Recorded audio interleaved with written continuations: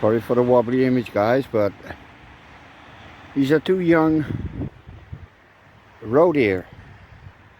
Does. Doe.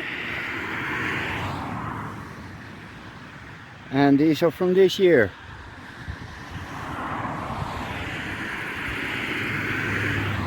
And again, next to the motorway and really close by. These are about 25 meters, a little bit further away. Oh.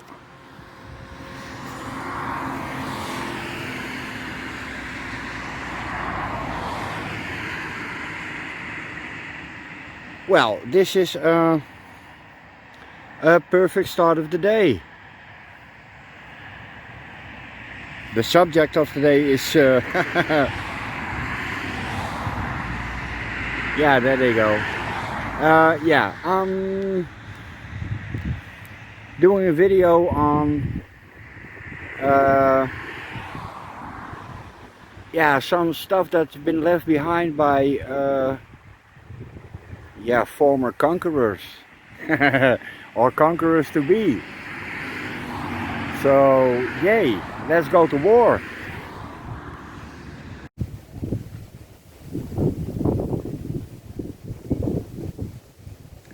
Yeah, it's a bit windy, guys. I hope this is audible. A lot of people here, as you can see.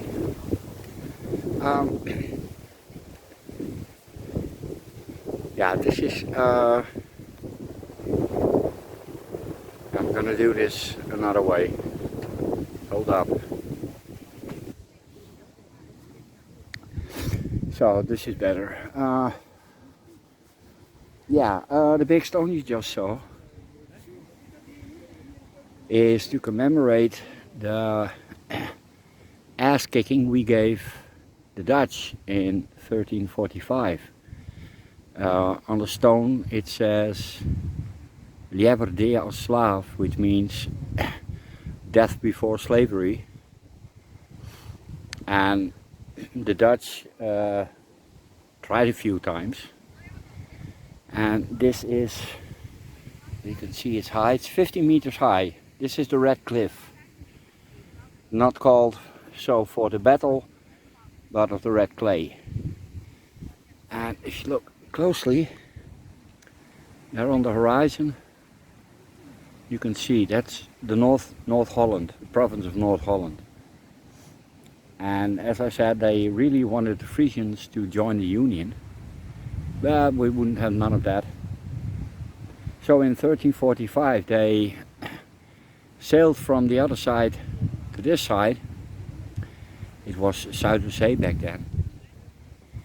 And we kicked their asses. And all they had to do was ask nicely, which they did, so we joined the Union.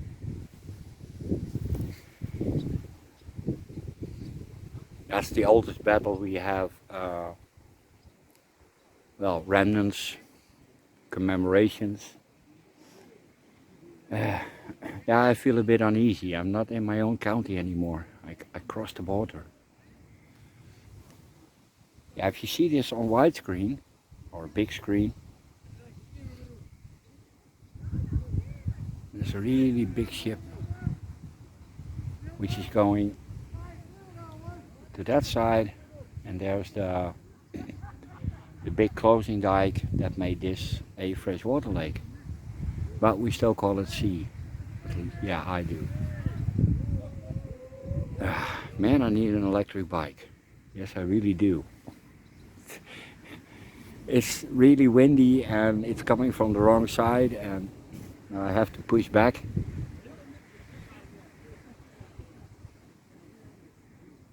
Now this is also, no, it's not the place for the next war.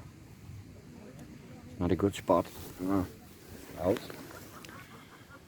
Yeah, it's still very crowded. It's always crowded here.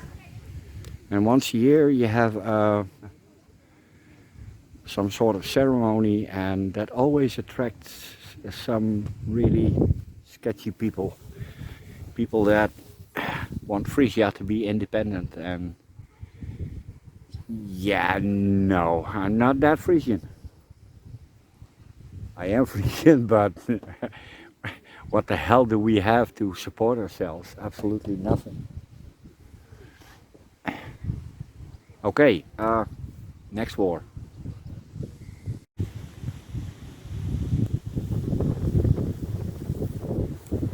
Yeah, fun fact.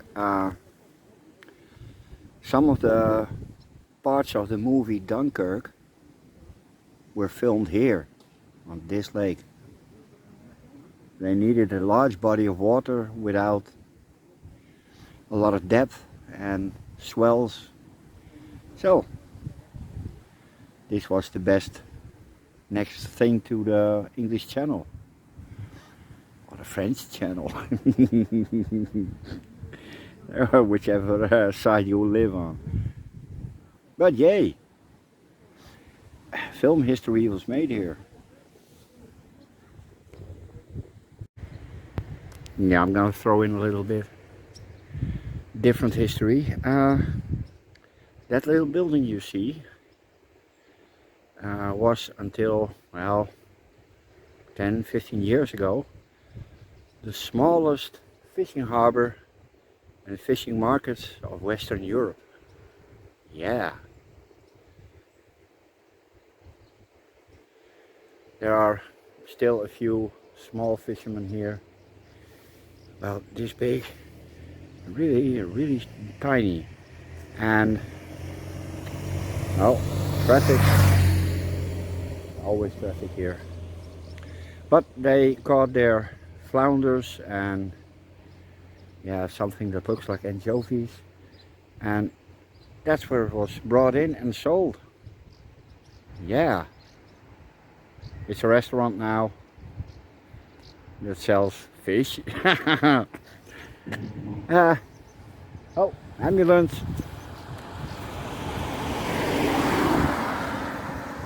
It's not in a hurry, so either the person's already dead or there's nothing wrong. This is the little village of Laaksen, spelled with an X. Ooh, there's a car coming. And this is everything. What you see here, a few houses behind the bushes here, right on the edges of the Southern Sea, which it was called when it was still salt. And it's going to take a lot of editing. Yeah, it's a bit windy still. That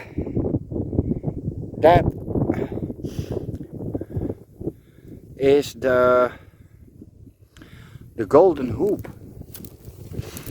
or the golden circle as we call it here. Some white herons, and that there's the coastline with a basalt dike, but this green one runs all the way around Frisia, except for a little bit, well, there. Oh, that's the ancient cliff. That's high enough to keep the water out. And they're still working on it because, well, yeah, global warming, it has to be kept high. And a little further on, a few miles, it's higher than here. And in the north of Frisia, it's much higher. And the first work on that entire dike was done during the Spanish occupation in 1548, 1568. Again, don't pin me on the numbers. And the Spanish couldn't understand why the Frisians were completely content with building their farmhouses and small villages on little mounds. And it's too bad I can't show you that because, yeah, we didn't need them here. But the rest of Frisia, all the old farmhouses you see are built on mounds. And the Spanish also hated wet feet. And they really hated Holland. And one man called Caspar de Robles said, well, I want a wall and you're going to pay for it. Well, here it is. Can be done. It took a while and it's an ongoing work, but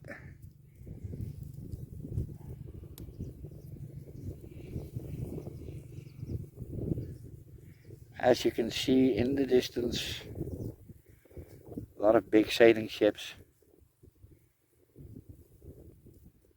And it's fairly windy. But really beautiful weather. It's warm. A bit too warm for my liking, but okay. If you look there, oh, let me do it like this. You can see that all the buildings are on the same line. That's on top of the sand ridge. That moat is old shipping route.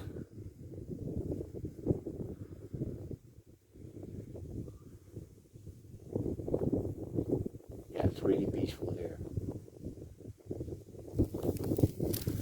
There are shipyards. You see that there in the distance, that's that white tower. I put in a request to get up there. Yeah, I haven't had an answer yet, but that's 85 meters high, so I can show you the entire province from one spot. It would be awesome. But what was supposed to be the second part of the video is filmed the last. I'm gonna sit on my ass for a bit and have a well-deserved smoke. And I'm gonna show you with Google Earth, Google Maps, where everything is, where I've been.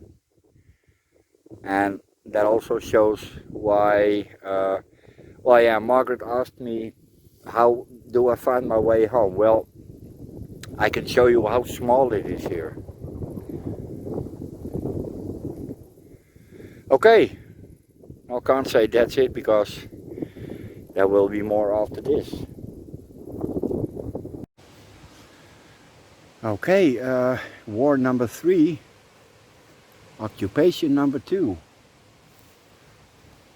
This is to commemorate the end of the French occupation in the 1800s. And well, it's it's a reboot. It's not the original one because that was completely rotten, also completely made of wood. But yeah, that's about everything we have left of French occupation. Yeah, we still use French words in the Dutch language, and even the Frisians have adopted a few. But yeah, they left us with a very big problem, which took almost, yeah, 150 years to solve. They brought Smurfs, yeah, and I think we killed the last one in 1960. And before that, they took out all our Smurf berries. There are no Smurf berries left in Gaasterland, my county. And the French brought them here because, yeah, a lot of people don't know that, but they are a delicacy. And whenever we see frogs' legs, they're actually Smurf legs. Yeah, if you boil them, the blue color disappears, so it doesn't look like Smurfs. But yay! Go France! Bloody Smurfs. Yeah, there are some fortifications in the north of Holland. That's the province of North Holland. But, well, yeah, that's way out of my radius, so I'm not gonna do that. French occupation.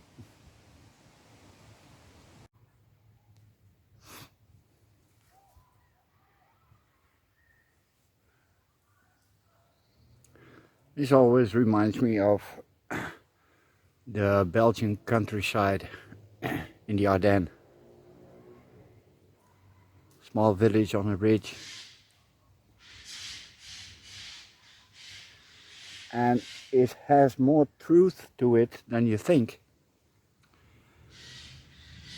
Because what you're looking at is the place where in World War I was a refugee camp. And I think there were about 3,000 Belgians here in barracks, put to work in the forests here. And the reason they were put here is a strategic reason. This county is basically an island. If you go that way, you got IJsselmeer, which was then Zuiderzee, the Southern Sea. And all around me are lakes and wide moats. So you open up a few bridges and there you go, you have the perfect island prison. Free in Alcatraz. But yes, 3,000 Belgians lived here, and few stayed after the war. Those names are still here. People are already dead, but names survive. And the rest is all went back to Belgium. But yeah, this is a pretty sight. I hope it's a bit visible because it is very sunny, but sunny from the wrong side. I'm filming into the sun. And you can see there the tree row, that there is still a walking trail, but the original one was still there a few years ago, but the farmer decided that a few square meters extra corn would be nice. That's all for animal fodder, by the way. This whole spot, this grassland, what's behind, up to the tree row.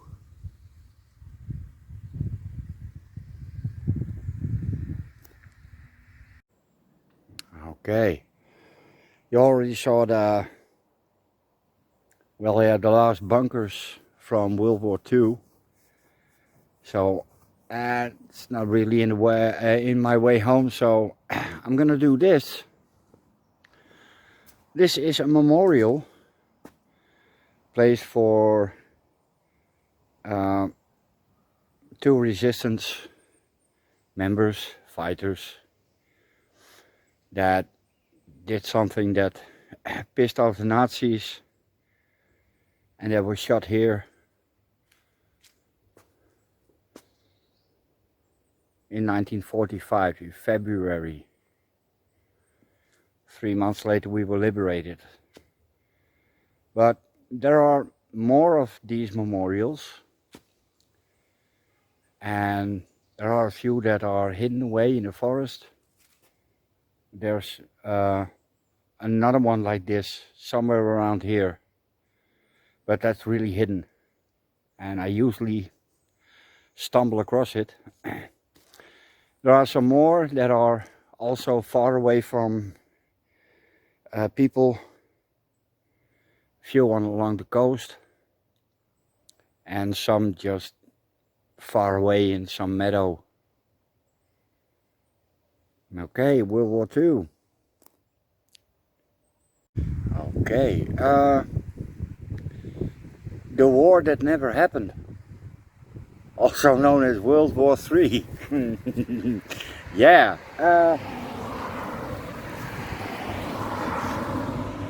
here we go. Let me get my glasses out of the way.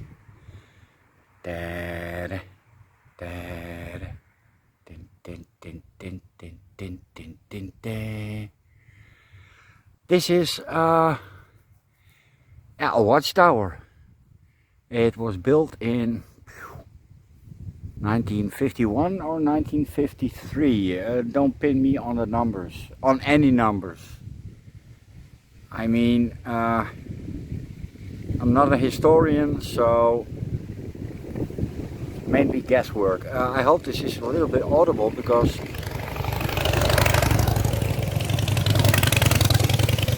I'm sitting in the wind.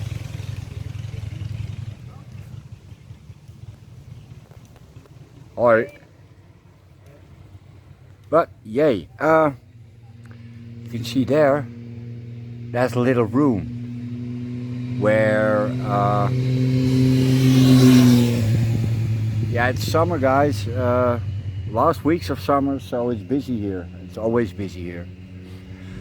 Yeah, two soldiers could sit there, and they had a telephone line, and there was electricity, of course.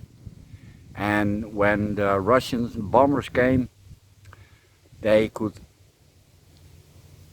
give a phone call to the military headquarters in Frisia, which is in Leeuwarden, and they would call England, and then England picked up the red phone and called America. That's what it was supposed to be. It never happened. Oh, and they were yeah, basically all across Europe, at least along the coast, starting from Denmark and well, yeah, all along the coast. And this is the only one that's still left. A few years ago there was one in Zeeland, but that one was demolished, and yeah, I can't get in it, but I'm not sure how safe it is. It wasn't all that safe when we played here. And yes, this was, yeah, a play object. We played here. First time I climbed up here was when I was 10. But I could still fit through the holes, so that doesn't count. But yay, 40 years ago we used it as a climbing rack. And my brother and I learned all the climbing techniques, all alpine techniques like rappelling, safety stuff, and lead climbing. We all learned on this tower. And you can see that on top there's a little spike. There was an outdoor company that once had the idea to do stuff here, but that failed. But yay! And it's the highest point in the county. The hill it's on is 13 meters, and the tower is about 15, I think. And when I was a kid, 40 years ago, god damn, that's a long time ago,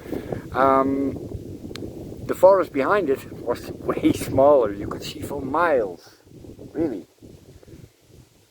So yay, World War III. Yeah, it's too bad I can't get in. And I'm not going to, no, I'm not going to do that. You see that last part? There are basically no handholds. Small iron pegs, which were rusted last time I was here, which is 20 years ago. So yay. And no, it could crash down any minute. More traffic. Okay, this is not just a place where World War III would have been fought. I fought my own wars here as well. Let me take you there. It's less windy. It has its own Banksy with banana peel. That makes it extra expensive. Yeah, can you believe it? Here, it's 2 or 3 hands big. I could fit through these. Let me see if I can do this. Oh, let me take it on the other side. No, still high. But we we always climbed like this.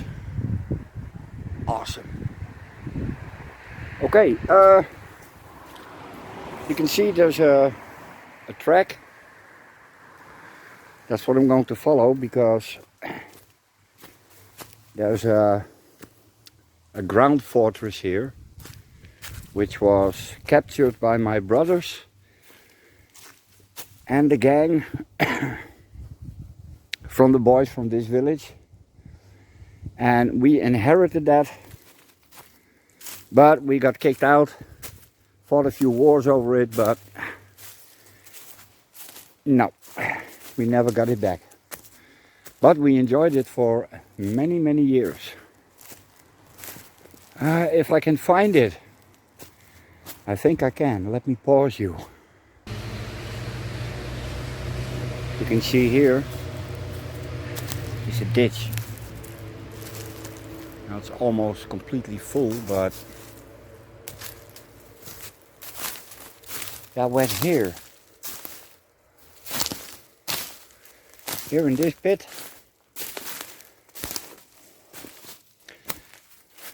There are the edges. This was used to be a ground fortress, and nobody knew it was here. Well, we did.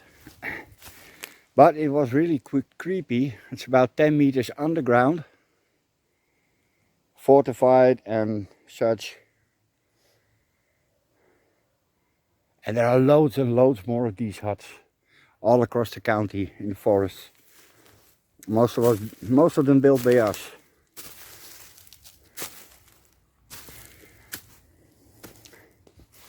Oh, yeah, the depth perception of these cameras is mega crap. Okay, now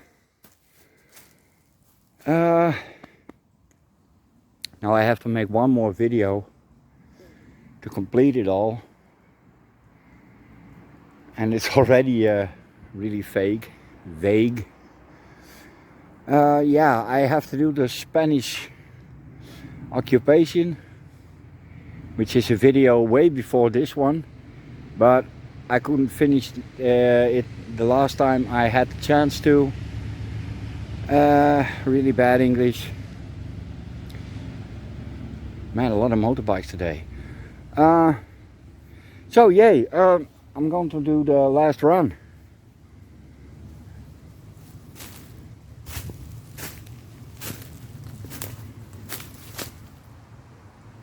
Yeah, it's amazing that the forest was so much lower. Okay, 8 minutes. Well, this is the last stop of the trip. Secretly it's the first, because this is the first on the route. And what you're looking at is a transformer house, and you can see that the bottom part is old and the upper part is new. That's the entrance to a place that's been forgotten.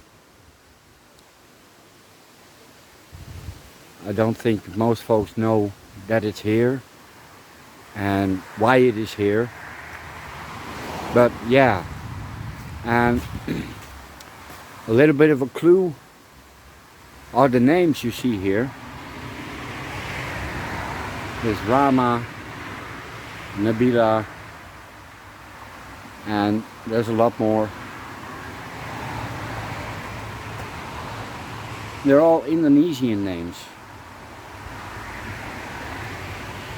This is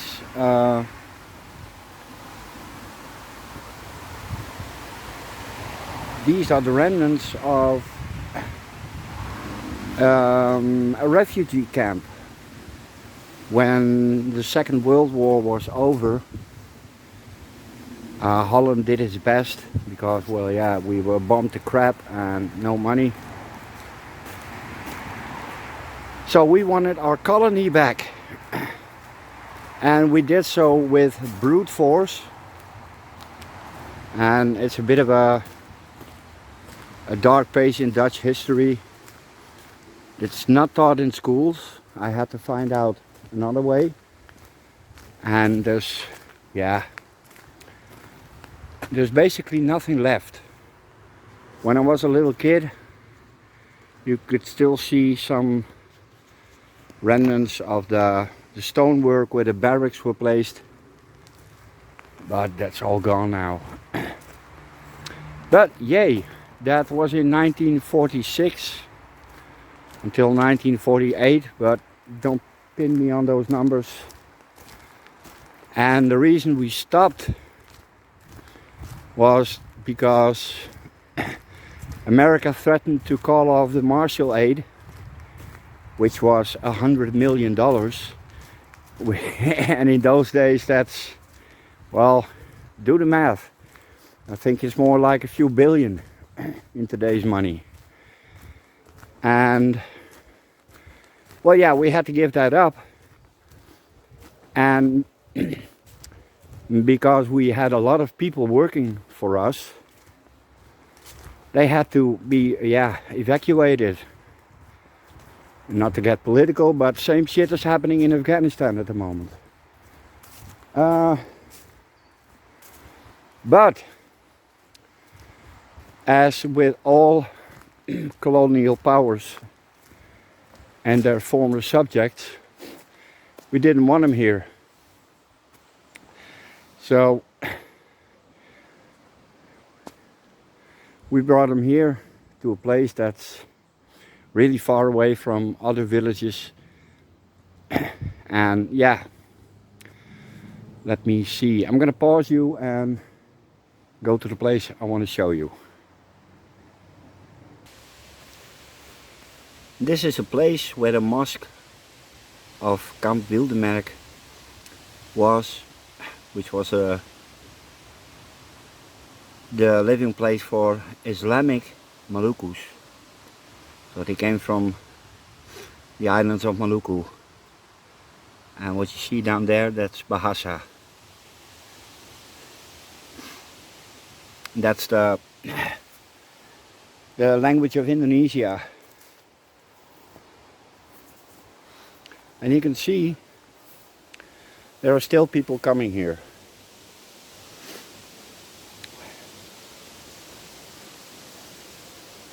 But of course, Indonesian people that had relatives here, maybe some people that lived here.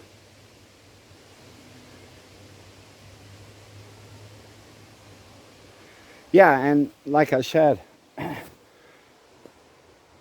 basically nobody knows it's here. I come here, well, not very often, but I never meet someone here. On very rare occasions you find someone with a dog, but okay, I hope this was an enlightening video. And because this is the first video I make, first clip, not sure how long it's gonna take, but